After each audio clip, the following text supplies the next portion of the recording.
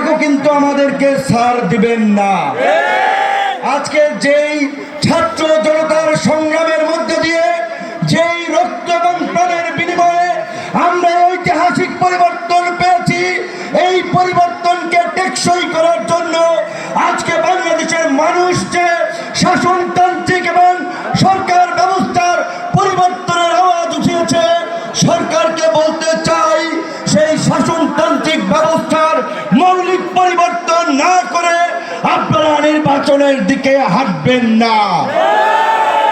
নির্বাচনের আগে সমস্ত রাজনৈতিক দল যেন নির্বিঘ্নে প্রচারণা করতে পারে, নিরপেক্ষ একটি প্রশাসনিক এবং রাষ্ট্র ব্যবস্থা থাকে, সেই লেভেল প্লেইং ফিল্ড নিশ্চিত করতে হবে, যেটি আজকের এই সমাবেশের একটি দাবি।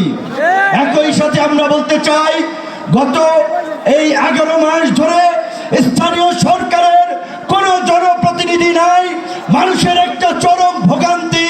তাই অনতিবিলম্বে স্থানীয় সরকার নির্বাচনের মধ্য দিয়ে জনগণের এই দুর্ভোগ লাঘব করেন।